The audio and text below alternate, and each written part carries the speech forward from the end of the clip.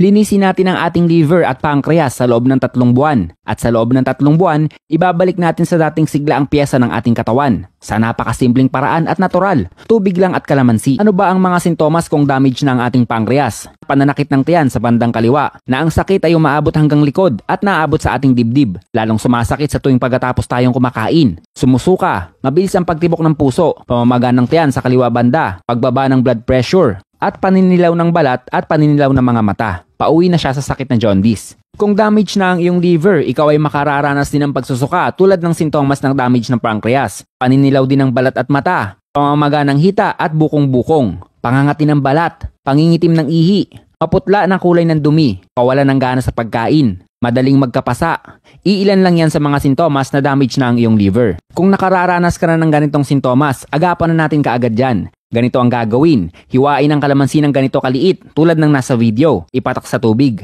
Gawin ito tuwing umaga pagtapos kumain, sa tanghali at bago matulog. Araw-araw sa loob ng 3 buwan. Sa ganito kasimpleng paraan, malilinis natin ang ating liver at pancreas sa loob lamang ng 3 buwan. Share po natin ang ating video na ito sa mga taong mahal natin sa buhay dahil ito ay makatutulong sa kanila. At yan ay 1 minutong dagdag kaalaman galing sa isang magsasaka.